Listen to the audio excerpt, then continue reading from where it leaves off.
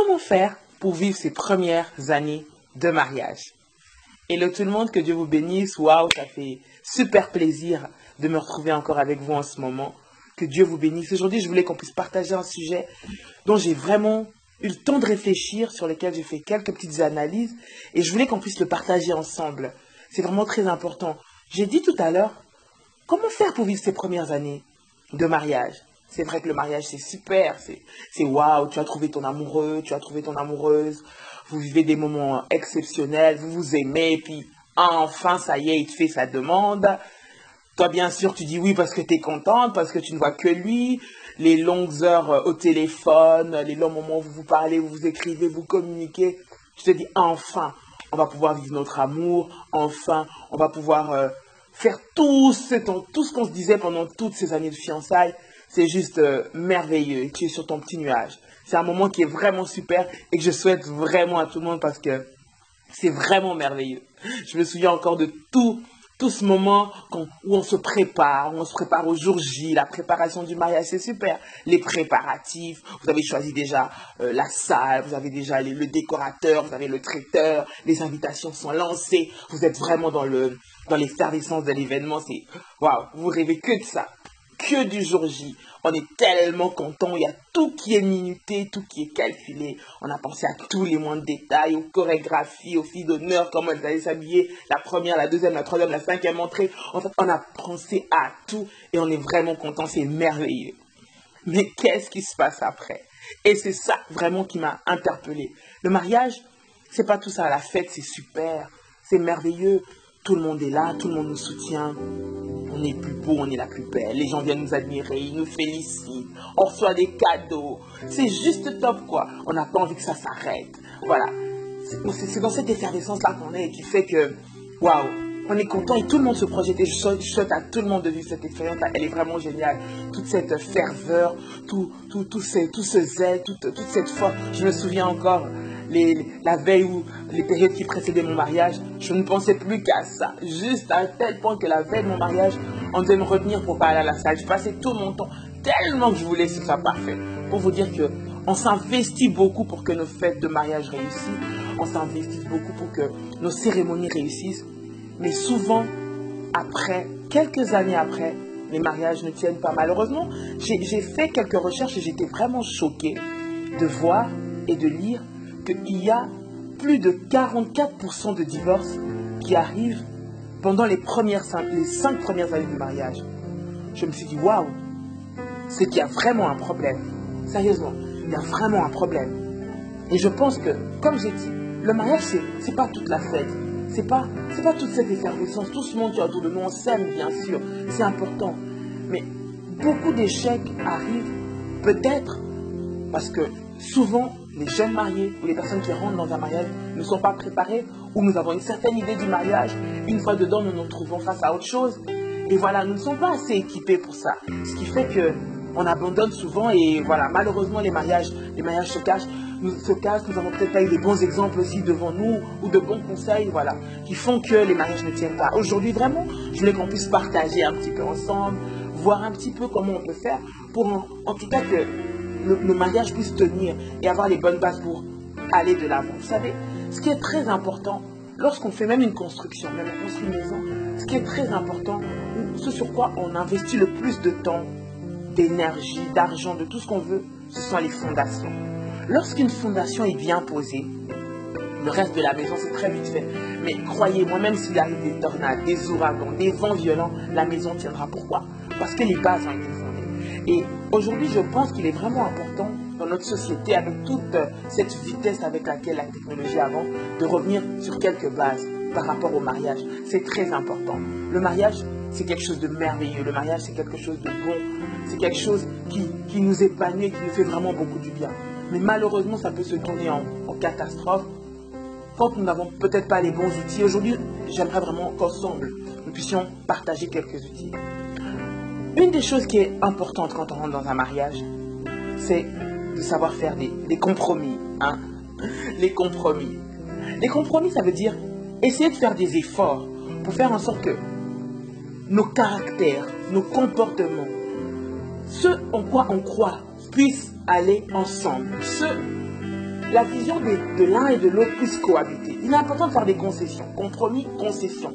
Il est important des fois de faire des efforts pour quelque part s'oublier ou faire en sorte que tout aille pour l'intérêt commun. Ne pas être égoïste, mais penser aussi à l'autre. C'est très très très important, mes frères et sœurs. C'est vraiment important de penser comment l'autre aussi voit. Ça ne sert à rien de se braquer sur sa position.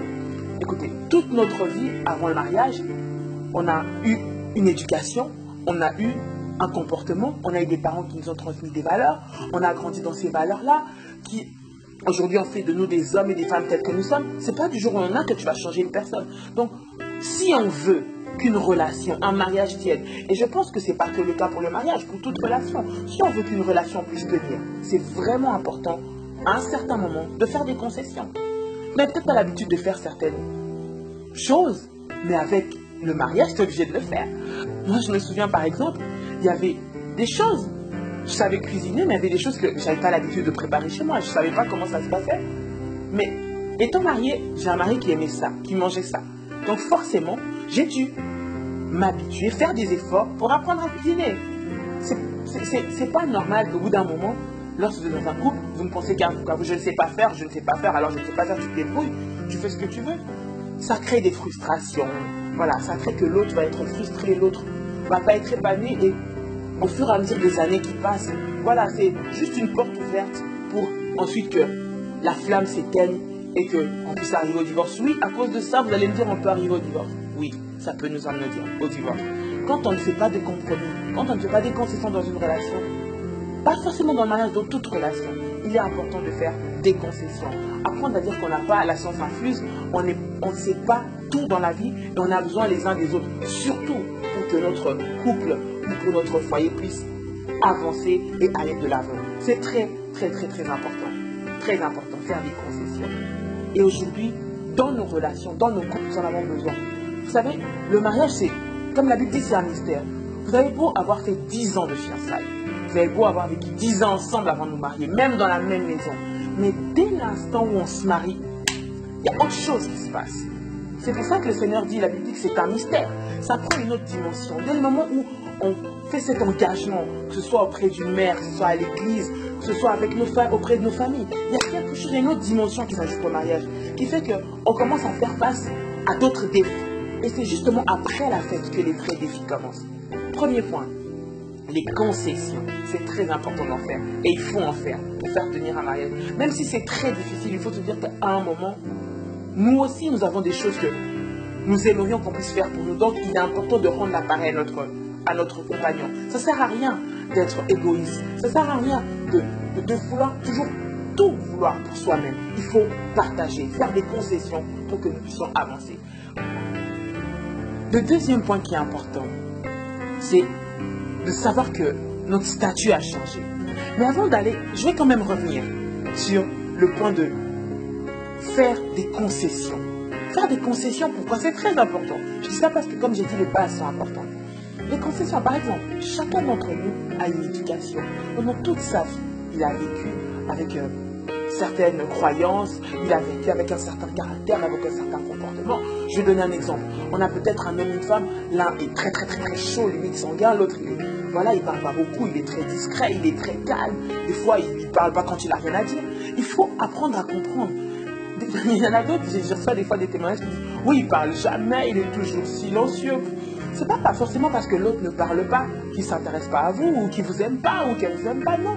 C'est le comportement qu'il a eu maintenant. C'est important de pouvoir mettre ensemble. Vous savez, le mariage, c'est composer ensemble. Pour composer, il faut prendre deux matières différentes. On ne peut pas composer s'il y a une seule matière. On parle de composition quand il y a deux matières. Donc les deux caractères, les deux compositions doivent faire ensemble pour devenir une. Et c'est ça, en ça que consiste le mariage. Et quand on réussit à faire ça, on réussit notre mariage. Et les 5 premières années, en tout cas les premières années du mariage, c'est très important de pouvoir réussir à ça. Tu peux peut-être avoir, je ne sais pas, rencontré un homme ou une femme qui a un niveau plus bas que toi, peut-être, niveau façon de parler, mais vous n'avez peut-être pas les mêmes façons de voir dans la vie. Mais à quoi tu sers? Tu dois l'aider. En tout cas, si tu l'aimes vraiment comme tu prétends l'aimer, tu dois l'aider à ce qu'il puisse élever son niveau, qu'il puisse arriver à de bons niveaux. Si tu estimes que ta femme peut-être a des lacunes, au lieu de te moquer d'elle et dire « Oh, je ne pensais pas qu'elle était comme ça ». Parce que croyez-moi, le mariage, ça fait découvrir les vraies identités. Hein. Dans le mariage, on n'est pas masqué. Dans le mariage, ça ne peut pas être fake, ça ne peut pas être du faux. Dans le mariage, c'est du vrai. Donc s'il y avait une lacune, en tout cas, dans le mariage, il faut que ton compagnon le sache. Et généralement, les premières années qu'on découvre. Et en tant que compagnon, qu'est-ce qu'il faut faire si tu estimes ou tu penses que cette femme que tu as aimée, que tu as eu le courage d'épouser, ne correspond peut-être pas à certains niveaux, mais c'est à ça que nous servons, à élever son niveau, à la rendre à ton niveau, à lui donner ce que toi tu aimerais qu'elle soit, à lui montrer, à lui expliquer. Il y a beaucoup de personnes aussi, c'est par ignorance, c'est pas par manque de volonté, c'est parce qu'ils n'ont pas connu ces aspects-là, peut-être ils n'ont jamais vu des choses comme ça. Au lieu de se moquer, au lieu d'en avoir honte, mais élève son niveau, rends-la comme tu veux qu'elle soit, rends-le comme tu veux, comme toi tu veux qu'il soit, pour que vous soyez bien et que votre mariage tienne. C'est très important de pouvoir composer ensemble. Donc deux caractères, les mettre ensemble, deux éducations, les mettre ensemble, pouvoir évoluer. C'est très important. Deuxième point, j'ai parlé du statut qui a changé. Vous savez, quand on se marie, notre statut change. C'est pas de l'orgueil de dire que, voilà, je suis marié, mon statut a changé. Non, c'est la réalité. Tu n'es plus seul, tu n'es plus célibataire, tu composes, tu vis avec quelqu'un, un homme, tu vis avec une femme, tu vis avec un mari, tu vis avec une épouse. C'est important de pouvoir vivre ensemble. C'est-à-dire qu'il y a des choses que tu pouvais faire en tant que célibataire. Tu n'avais pas besoin, on va dire, de l'avis de quelqu'un pour prendre des décisions. Tu les faisais tout seul. Mais une fois que tu es marié, tu ne peux plus faire des choses tout seul. Tu es quelque part obligé. Oui, je dis bien obligé parce que tu ne vis plus toute seule. Vous avez décidé de mener votre vie ensemble pour arriver à un objectif. Donc tu ne peux plus prendre des décisions qui te concernent toute seule. Tu as besoin quelque part de son avis. Si vous n'êtes pas d'accord, ben discutez-en. Mais tu ne peux pas être dans ton coin et faire des choses toi-même. Ton mari, et chaque fois, il donne que tu fais des projets, tu achètes des maisons toutes seules, tu décides d'acheter des voitures toutes seules. Ça fait bizarre. Imagine que vous êtes dans une maison, vous vivez ensemble, du jour au lendemain, tu vois que tout le salon change, tu n'étais même pas au courant. Bon, vraiment que ce soit une surprise, je ne sais pas, peut-être. Mais généralement, il faut quand même que l'autre sache. Il faut quand même que le partenaire sache ce que tu vas faire. C'est très important. Qu'il ne soit pas surpris.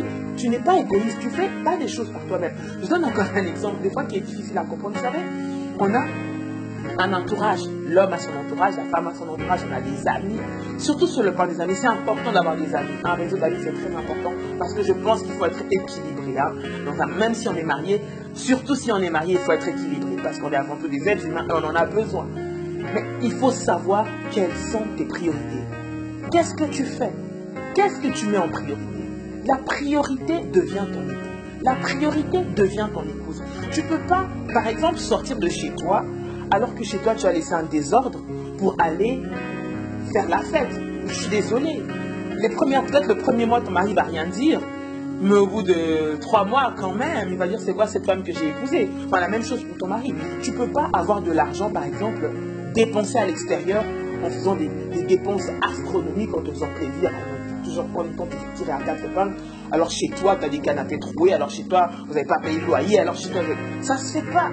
On vit ensemble. Il faut savoir quelles sont nos priorités. Le statut a changé. La priorité a changé. La priorité n'est plus tes amis, mais la priorité est ton épouse. La priorité est ton époux. C'est avec lui que vous devez aller de l'avant. Donc c'est lui qui a qui prévaut, on va dire.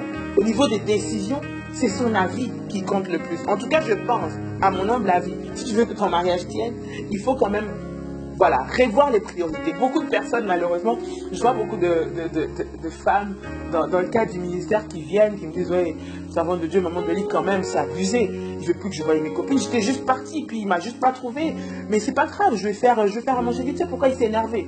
Mais quelque part, il ou elle a le droit de s'énerver. Tu ne lui as rien dit.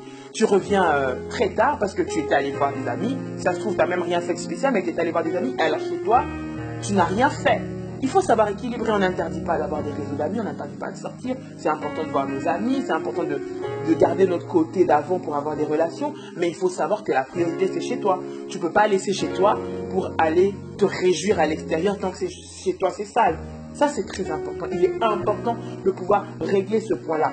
Savoir quelle est la priorité. La priorité, c'est votre conjoint. La priorité, c'est votre conjoint. C'est pas tout ce qui est à l'extérieur. C'est pas les amis. C'est votre mari, c'est votre femme qui est la priorité. C'est vraiment important. Et il y a encore un point que j'aimerais qu'on voit. Vous savez, quand on se marie, on a tellement de pression. Et quand on arrive à gérer les pressions qui viennent de l'extérieur, croyez-moi, c'est là qu'on solidifie notre couple. Pourquoi je parle de pression? Les pressions extérieures, les pressions de la belle famille, les pressions des amis. Oh là là là là. Les pressions de la belle famille. Vous allez me dire, oh c'est là, c'est là, c'est là. Je vous vois déjà en train de rire. Mais c'est normal, vous savez. C'est vous qui êtes venu vous incruster dans la vie de cet homme ou de cette femme. Donc, tout le monde doit faire des efforts. Mais vous, premièrement, vous devez réussir à gérer. Votre but n'est pas de séparer l'homme ou la femme de sa famille. Votre but n'est pas de séparer chacun de ses origines. Vous devez apprendre à mettre la priorité sur votre relation, mais à préserver et à garder cette relation. Les pressions extérieures, il faut savoir les gérer. Hein?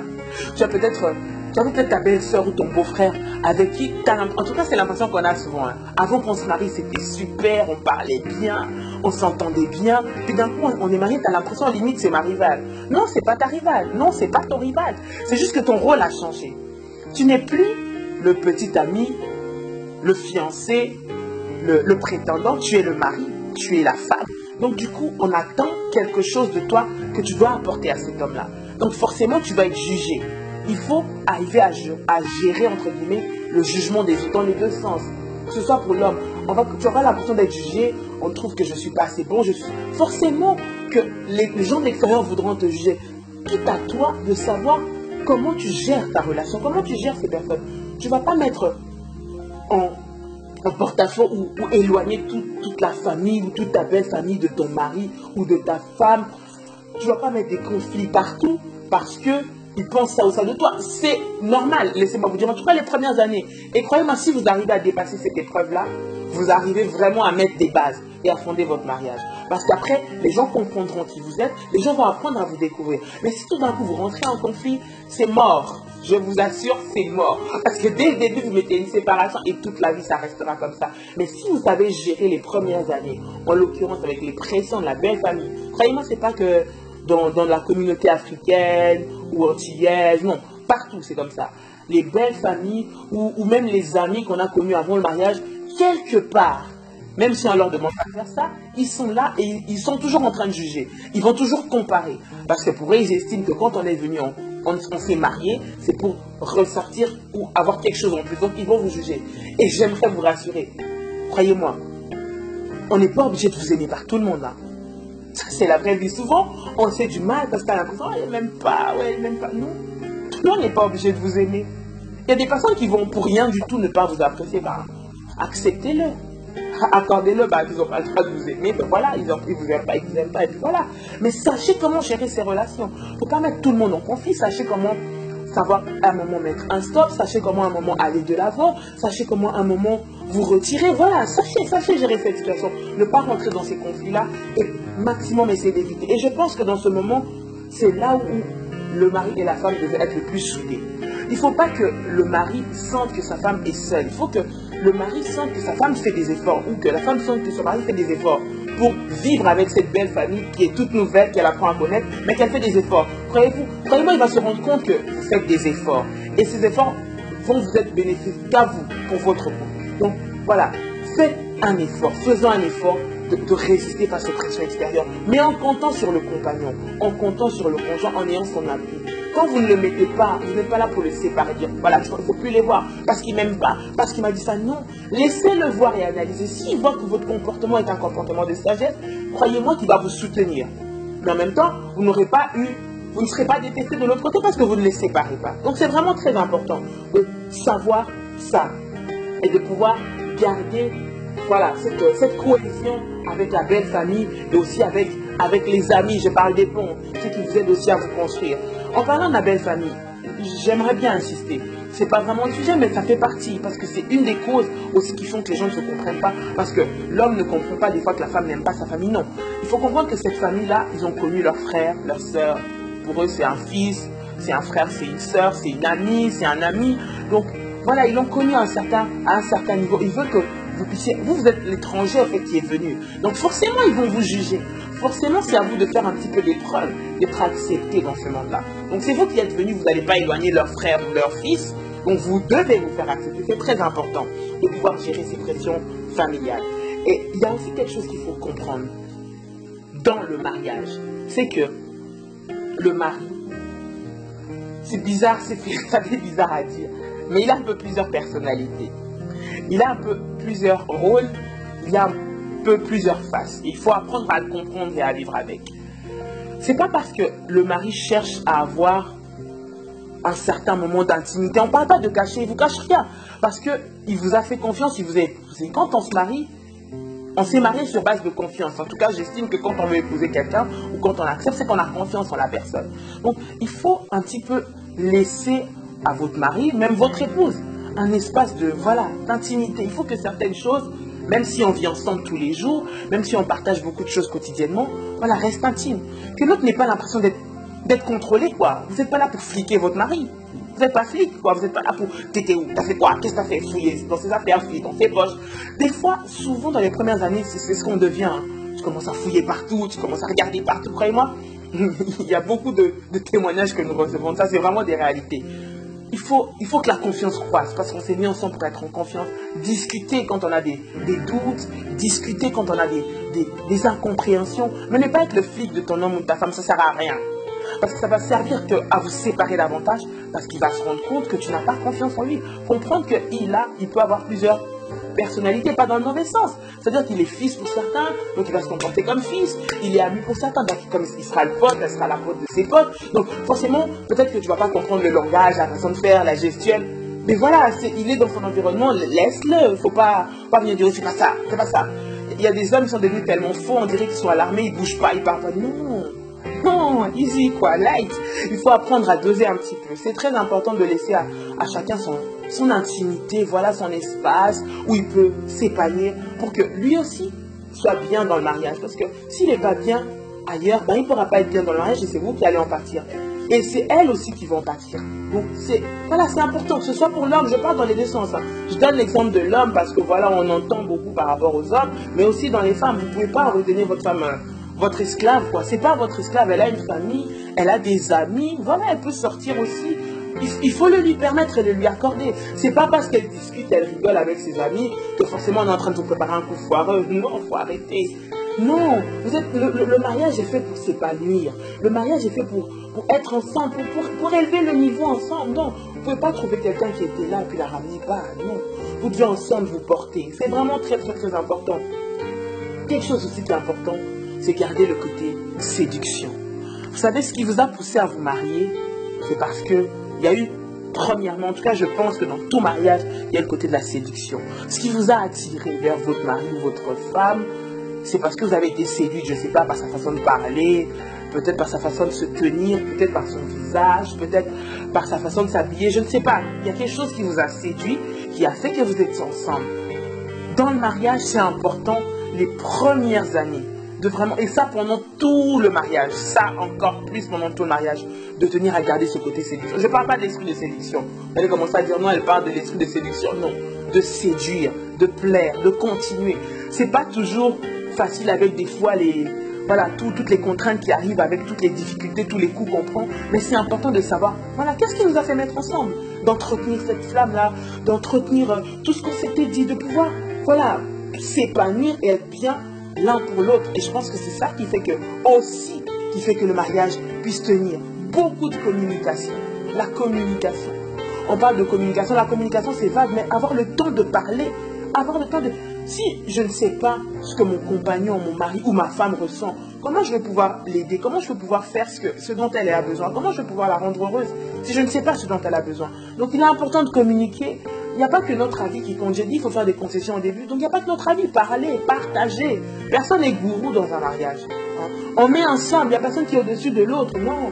On est ensemble. Le mari peut être le chef de la famille parce qu'il a la responsabilité. Mais vous êtes ensemble en train de discuter. Ce n'est pas parce que tu épouses que tu es plus bas. Non. Vous discutez, vous composez. Et c'est comme ça que vous pouvez élever votre mariage. C'est très important. Vous savez, en analysant, ce sont quelques outils qui peuvent vraiment nous aider à faire que nos mariages tiennent. Surtout, pourquoi je tiens au fait de dire les premières années du mariage? Parce que souvent, ce sont ces choses qui peuvent paraître peut-être petites, qui posent les fondations et qui font qu'après, on en a marre. Quand il n'y a jamais de concession, il n'y a pas de dialogue, l'autre se sent oppressé, on n'arrive pas à se sentir soudé face aux pressions extérieures. Mais au bout d'un moment, voilà, l'amour commence petit à petit à se refroidir. Et puis voilà quoi. Un jour, il y aura un incident qui va faire le clash total. Puis c'est le divorce et puis ça s'arrête. Et malheureusement, ce sont des choses qui arrivent de plus en plus dans notre société. Et avec la technologie qui avance, des fois nous perdons les valeurs. C'est important que nous puissions revenir. Maintenant, il y a aussi des outils ou quelques conseils ou astuces que je peux vous donner pour faire en sorte que toutes ces choses-là viennent ou soient appliquées dans votre mariage. Premièrement, il faut avoir beaucoup de sagesse. La sagesse. La sagesse de savoir comment dire les choses. À quel moment dire les choses. Comment reprendre votre femme ou votre mari. C'est pas, voilà, en plein restaurant ou avec des amis que vous allez commencer à lui faire des reproches. Il ne les acceptera jamais. Ça va rentrer en conflit. Vous allez vous discuter. Vous n'allez pas régler vos problèmes de couple avec des gens. Vous savez, on a reçu des témoignages. Il y a des couples. Ça fait peut-être un mois qu'ils ne se parlent jamais. Mais quand vous les voyez, vous avez l'impression que c'est le couple parfait. Pourquoi? Ça s'appelle la sagesse. Ça ne s'appelle pas vouloir... Voilà, ça ne s'appelle pas être opprimé, non, ça s'appelle juste la sagesse. Parce qu'ils savent très bien qu'ils vont avoir un cadre où ils vont parler de leurs problèmes. Mais c'est pas partout où vous arrivez. Tout le monde connaît vos problèmes, vous vous battez partout, vous vous discutez partout. Non, même si quelque chose ne te plaît pas, même si tu te retrouves face à son ex, sa tête ne te plaît pas, tu as l'impression qu'on va te le piquer. Mais il faut savoir gérer. Tu ne vas pas commencer à faire des crises de jalousie en pleine fête ou en pleine rue. Non, il faut apprendre à gérer les situations. La sagesse est très importante. La compréhension. La compréhension. Il faut apprendre à être compréhensif. Quand on discute, c'est pas pour que notre avis prime, c'est parce que l'autre veut nous faire comprendre. Donc essayons de comprendre. Quand tu comprends l'autre, tu arriveras à gérer. Quand tu arrives à l'écouter et à le comprendre, tu arriveras à gérer toute forme de... Croyez-moi, la compréhension fait que l'autre aussi sera compréhensif envers vous. Parce qu'à un moment, personne n'est parfait. La relation, j'ai dit, c'est deux personnes qui composent. Les tendances peuvent s'inverser. Le jour où tu auras besoin de compréhension, tu aimeras que ton conjoint le donne. Donc, à ton tour, il faut être compréhensif. C'est très important. Il faut comprendre que notre relation est singulière, elle est particulière. Jamais comparer votre couple à un autre. Jamais. Alors ça, au grand jamais. Ah, tu sais, chez un tel, ça se passe comme ça. Une telle avec son mari, tu sais, son mari lui a donné ça. Mais non, vous n'êtes pas la même chose. Il ne faut pas comparer, il ne faut jamais faire comprendre à ton époux ou à ton épouse qu'il est inférieur à l'autre. Jamais. Les comparaisons, ça tue les mariages. Tu ne peux pas comparer ta femme à une autre femme. Non. Soit tu étais avec elle, soit tu étais avec ta femme. Si tu l'as épousée, c'est parce que tu as trouvé en elle. Donc si tu trouves que chez l'autre, il y a quelque chose de mieux, il y a une façon de le communiquer. Il y a une façon de lui dire, mais jamais comparer. Les comparaisons, ça tue. Les comparaisons, ça enlève l'estime de soi et ça détruit. C'est très important. Et le dernier point, la vie de prière. Vous savez, la prière résout. La prière vous aide à être unis. La prière, c'est le moment de communion. Vous savez, s'il y a un moment précieux que vous devez passer ensemble, c'est les moments de prière. Plus vous passerez du temps ensemble à prier, plus vous serez capable de surmonter toutes les situations. Parce que tous vos défis, tous vos problèmes, vous les confiez au Seigneur. Chaque difficulté que vous avez dans votre couple, croyez-moi, la solution se trouve dans la prière. Quand vous ne vous comprenez pas, fléchissez les genoux, priez Dieu. Le Seigneur est capable de restaurer votre couple. Le Seigneur est capable de relever votre couple. Votre mari ne vous écoute plus, il ne vous aime plus, il a perdu l'amour. Priez Dieu. Priez Dieu. Vous sentez vous avez trop de pression d'extérieur, trop de combats, trop d'attaques.